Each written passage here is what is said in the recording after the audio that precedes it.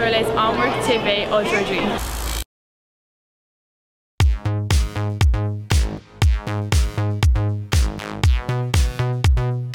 Cannes, jour 3, c'est aujourd'hui les réalisatrices qui sont à l'honneur. Ça commence par Monia Chokri, l'actrice québécoise qui présente son premier film La femme de mon frère, en sélection Un certain regard, un triangle mêlant liaison fraternelle, fusionnelle et jalousie ambiguë. Et c'est aussi Mati Diop, la toute première femme noire sélectionnée en compétition officielle avec Atlantique, un film onirique sur des ouvriers sénégalais qui s'abîment en mer et reviennent hanter un Dakar ésotérique dont Mati Diop nous dissipera certains des mystères en interview tout de suite sur Rock TV. Yolan. Waatal li ma lay wax ni doo ko wax kenn. Billahi Aada wax ma lan la yaa ngi may tiital. Souleymane mu ngi fi. Lan looy wax nii. Xoolal message bi. Après un premier long métrage en compétition dévoilé hier, donc Les Misérables de Ladjili, nous avons découvert aujourd'hui l'autre premier film de la compétition. Il s'agit de Atlantique de Mati Diop. Le film est d'une puissance poétique et politique assez folle. Il est extrêmement maîtrisé.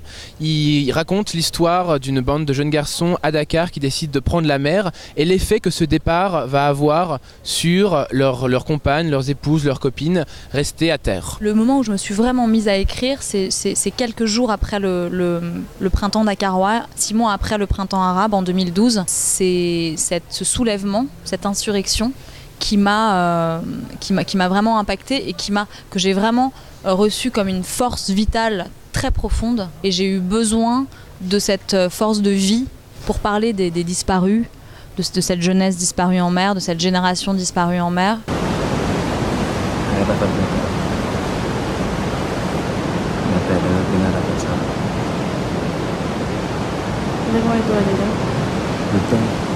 Le fantastique du film, il est vraiment inhérent à la réalité que j'ai observée.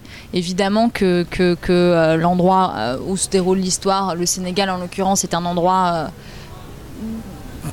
où le rapport au sacré, à l'invisible est très très fort. Et la manière dont j'ai commencé à regarder l'océan à cette période où beaucoup de jeunes disparaissaient en mer, c'est ce moment-là, l'été que j'ai passé à Dakar autour d'Atlantique, le court-métrage, l'atmosphère très fantomatique et pour le coup mortifère qu'il y avait à cette époque, c'est de là dont est né le fantastique du film.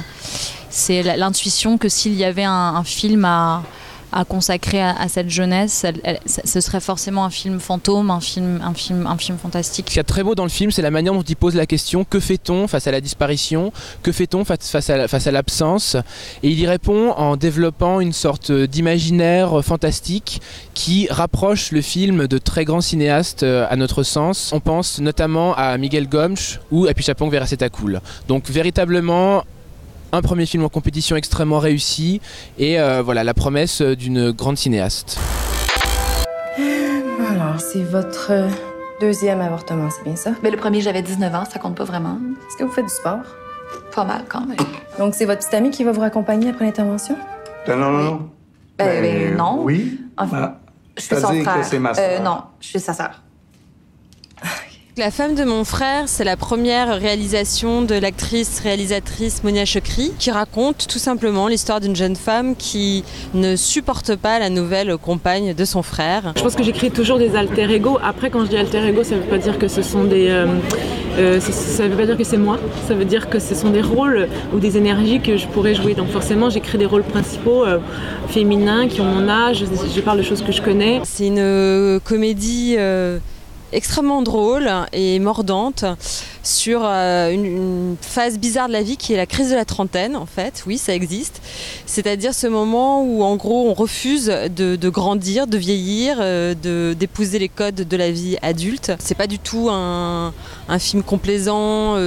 Voilà, là-dessus c'est toujours assez tranchant, coupant. C'est comment? Parce que moi j'ai l'impression qu'elle est très rigide au lit, genre belle mais potentiellement morte à l'intérieur. Non. Allô? J'ai juste essayé d'écrire un personnage qui était attachant, amusant, drôle, complexe. C'est assez juste de la dépeindre comme quelqu'un qui se met peut-être des bâtons dans les roues, qui se retient elle-même de faire les choses. C'est un geste de cinéma très réjouissant, inattendu, frais, féminin, parce que c'est un point de vue féminin, et avec une actrice merveilleuse dont j'ai oublié le nom, mais c'est pas grave. Allez le voir, ce film, pour la découvrir.